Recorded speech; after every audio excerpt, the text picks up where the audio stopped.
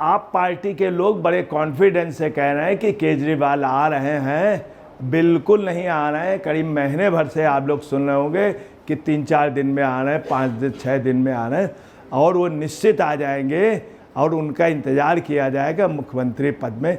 इसके पीछे एक रहस्य है कि केजरीवाल के उस पर सिसोदिया जी अपनी यात्रा कर रहे हैं। अगर नहीं आएंगे तो एक संवैधानिक एक व्यवस्था होगी, तब उनका रिजाइन करके यहाँ पे दूसरे को मुख्यमंत्री बनने की जहाँ तक संभावना है, निश्चित तौर पे सिसोदिया की तासपोसी होगी। अब देखिए, जमानत नियम जेल अपवाद पर केजरीवाल नहीं छूटेंगे चूँकि चार्जशीटेड है। जब सर्वोच्च न्यायालय ने शराब नीति मामले में दिल्ली के पूर्व उप मुख्यमंत्री मनीष सिसोदिया को जमानत दी थी, पर कानून के जानकारों का मानना है कि इस आदेश से मुख्य अभियुक्त अरविंद केजरीवाल को कानूनी लाभ मिलने की कोई संभावना नहीं है। ये तमाम कानूनविदों ने माना है, चूँकि मुख्य अभियुक्त है, मुख्यमंत्री होंगे। सिसोदिया की जमानत के बाद के घटनाक्रम से संकेत मिलता है कि यह अन्य मामलों में धन शोधन निवारण अधिनियम PMLA के तहत केजरीवाल मुख्य अभियुक्त के लिए भी आशा की किरण नहीं बन सकती है, परंतु और लोगों के लिए बन सकती। ये जो आदेश हुआ सुप्रीम कोर्ट का, उसमें देश में कुल लोगों के रास्ते खुलेंगे, मगर जो मेन एक्यूज्ड हैं उनके रास्ते बंद हो जाएंगे, वो जेल में ही रहेंगे। अब देखिए कि केजरीवाल जी जेल में केजरीवाल रहेंगे, अभी नहीं छूटेंगे। हो सकता और लोग छूट जाएं पूरे देश में, और जो मामले चल रहे हैं वो छूट सकते हैं। पूरी आप पार्टी कह रही है वो छूट जाएंगे, क्या छूटेंगे कि नहीं? कानूनविदों का मानना है छूटने का कोई प्रश्न ही नहीं उठता है। उसकी वजह है कि ये मुख्य अभियुक्त हैं, मुख्यमंत्री जरूर हैं, मगर अदालत में जेल में ये मुख्य अभियुक्त हैं। शराब कांड के किंग पिन है, हर जगह CBI ED ने उल्लेख किया है मुख्य अभियुक्त है। वहाँ ये नहीं माना जाएगा कि मुख्यमंत्री हैं। दूसरी आपको बतला रहे हैं, इसलिए छूटने की संभावना नहीं है चूँकि सुप्रीम कोर्ट ने कहा जमानत नियम है और जेल अपवाद है। जमानत देना कोर्ट का काम है, ये सुप्रीम कोर्ट ने कहा नियम है, परंतु जो मुख्य अभियुक्त है उसको नहीं। अंतर्राष्ट्रीय लॉ में और अमेरिका के संस्थापक बेंजामिन फ्रैंकलिन ने अपने उस पे कहा था, जिसका सब जगह उल्लेख होता है कि 100 दोषी छूट जाए लेकिन एक निर्दोष व्यक्ति को पीड़ा ना सहनी पड़े। साथ में उन्होंने ये भी कहा है कि किसी उसमें जो मुख्य अभियुक्त कतई न छूटे, चाहे उसके साथी जो कम जिम्मेदार हो, उसके गुनाह में हो, शामिल हो, वो चाहे छूट जाए परंतु मुख्य अभियुक्त ना छूटें। ये बेंजामिन फ्रैंकलिन ने कहा है। आपको बता दें अभी क्या हुआ था, लोअर कोर्ट में इनको छोड़ दिया गया था, केजरीवाल जी को बेल मिली थी। उस समय जो न्याय बिंदु जी थी, उन्होंने ये कहा था अपने फैसले में कि 100 दोषी छूट जाएं लेकिन एक निर्दोष व्यक्ति को पीड़ा ना सहनी पड़े। ये बात उन्होंने कही और केजरीवाल को बेल दे दी थी। उसका रिजल्ट हुआ, हाई कोर्ट ने तुरंत ही उस पर उनकी बात को पलट दिया। तो उनकी बात को एक प्रकार से कहना चाहिए कि उनकी बात खारिज हो गई जाके हाई कोर्ट में। इस चीज़ की चर्चा हर जगह चल रही है, मगर उन्होंने उसके आगे का नहीं बोला कि बेंजामिन फ्रैंकलिन ने ये कहा था 100 दोषी छूट जाए लेकिन एक निर्दोष व्यक्ति को पीड़ा ना सहनी पड़े।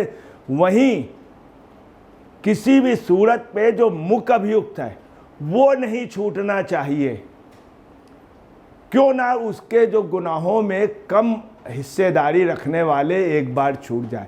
ये एक वजह इंटरनेशनल लॉ में है, भारतीय लॉ में भी, और हर जगह इस चीज़ का ध्यान रखा जाता है कि पूरे षड्यंत्र का जो मेन गिरोह का जो सरगना हो और जो मेन साजिश करता हो वो न। कहीं कहीं ऐसा भी होता है मर्डर के मुकदमे में मर्डर करने वाले के अपेक्षा कराने वाला जब भी अभियुक्त होता है उसको भी सजा होती। कोर्ट भी कहती है करने वाले से कराने वाला ज़्यादा दोषी है, इसीलिए उसको अदालत में लास्ट तक खींचा जाता है, लास्ट तक उसको खींचा जाता है। यही पोजीशन केजरीवाल जी के साथ है। केजरीवाल मुख्यमंत्री हैं, बाहर उनको इस बात का, मगर वहाँ पे मुख्य अभियुक्त है। अब आपको बतला दें कि पूरी अफवाह ये उड़ रही है कि केजरीवाल छूट जाएंगे।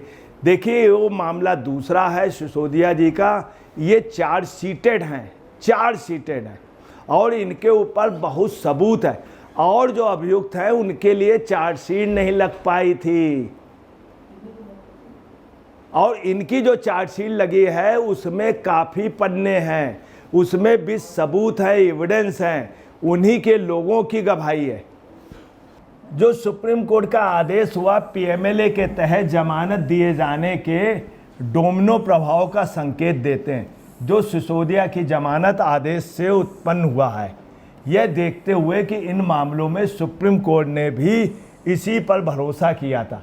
यह भी ध्यान देने योग्य है कि ये दोनों आदेश न्यायमूर्ति BR गवई और न्यायमूर्ति KV विश्वनाथन की एक ही पीठ द्वारा पारित किए गए। आपको ये भी क्लियर कर दें कि दोनों जजेस के एक ही पीठ द्वारा 2 बार ये आदेश किए गए। सिसोदिया की जमानत का आदेश आप नेता को शीघ्र सुनवाई के उनके अधिकार पर विचार करते हुए सर्वोच्च न्यायालय ने जमानत प्रदान की तथा न्यायालय ने कहा कि भविष्य में मुकदमा पूरा होने की दूर दूर तक कोई संभावना नहीं है। पर केजरीवाल का मामला दूसरा है, वो मुख्य अभियुक्त है, चार्जशीटेड है। आपको बता दें जो केजरीवाल का मामला है वो तो आदेश उन्होंने किया कि मुकदमे पूरा होने की दूर दूर की अभी संभावना नहीं है, ये सिसोदिया के लिए किया था। परंतु अब उस आदेश के बाद क्या अनुमान है कि ये मामला दूसरा है, ये अब चूँकि मुख्य अभियुक्त है केजरीवाल जी। अब आपको बतला दें कि केजरीवाल जी उस हिसाब से जेल ही रहेंगे। हालांकि सिसोदिया के आदेश से तमाम लोगों को देश में फ़ायदा होगा, तमाम लोगों को, परंतु ये शर्तें केजरीवाल पे ये नियम लागू नहीं होंगे। उनके लिए CBI अभी बाकायदे सब कुछ पेश कर चुकी है, विद एविडेंस पेश कर चुकी, एविडेंस काट दीजिएगा, एविडेंस विद एविडेंस सब कुछ पेश कर चुकी है। अब देखिए जमानत नियम है, जेल अपवाद है, पर केजरीवाल नहीं छूटेंगे। अदालत ने कहा है कि कविता पिछले 5 महीनों से सलाखों के पीछे हैं और सिसोदिया के मामले में अपनी टिप्पणी दोहराई कि करीब 493 गवाहों से पूछताछ की जानी है। अदालत ने कहा कि जिन दस्तावेजों पर विचार किया जाना है वो करीब 50,000 पन्नों के हैं और इसलिए भविष्य में मुकदमे की समाप्त होने की संभावना असंभव। ये भी चीज़ क्लियर कर दूं कि अदालत साफ कह रही क्लीन चिट नहीं दिया है, ये भी कह रही जमानत नियम है, मगर ये केजरीवाल पे लागू नहीं होगा चूँकि केजरीवाल मेन अभियुक्त हैं। दूसरी आपको बता रहे न क्लीन चिट जो है न संजय सिंह को मिली, न मनीष सिसोदिया को मिली, ना ही कविता, मगर मनीष सिसोदिया की बेल से काफ़ी लोगों के रास्ते खुल गए हैं, केजरीवाल के रास्ते नहीं खुलेंगे। ये अफवाहें जानबूझ करके आप पार्टी वाले इसलिए उड़ा रहे हैं कि अब केजरीवाल जब ये होगा कि 5 दिन में आ रहे हैं, 10 दिन अगर नहीं आते हैं तो एक रास्ता निकलेगा संवैधानिक, उसमें वो रिजाइन कर दें और किसी नए को बना दें। अब आगे की जो स्थितियां वो साफ लग रही हैं कि शीश महल में सुनीता केजरीवाल ही रहेंगी, ये निश्चित समझ लीजिए। सिसोदिया संभावना है कि अगले चीफ मिनिस्टर हों, जो स्थितियां जिस तरह से वो यात्रा कर रहे हैं, पद यात्रा कर रहे हैं, लोगों से मिल रहे हैं, अपनी पूरी फील्ड बना रहे हैं। संजय सिंह बहुत बड़ी लॉबी उनके साथ है, तो ये भी संभव संवैधानिक एक संकट आएगा तब इनको मुख्यमंत्री बनाया जा सकता। केजरीवाल जी को ये है कि इनको इस बंगले में न रहने मिलेगा, वो सुनीता केजरीवाल के पास ही रहेगा, ये जेल में ही रहेंगे। अरविंद केजरीवाल जी जेल में ही रहेंगे, सुनीता जी शीश महल में ही रहेंगी। मुख्यमंत्री पद में संभावना है कि सिसोदिया जी रहेंगे।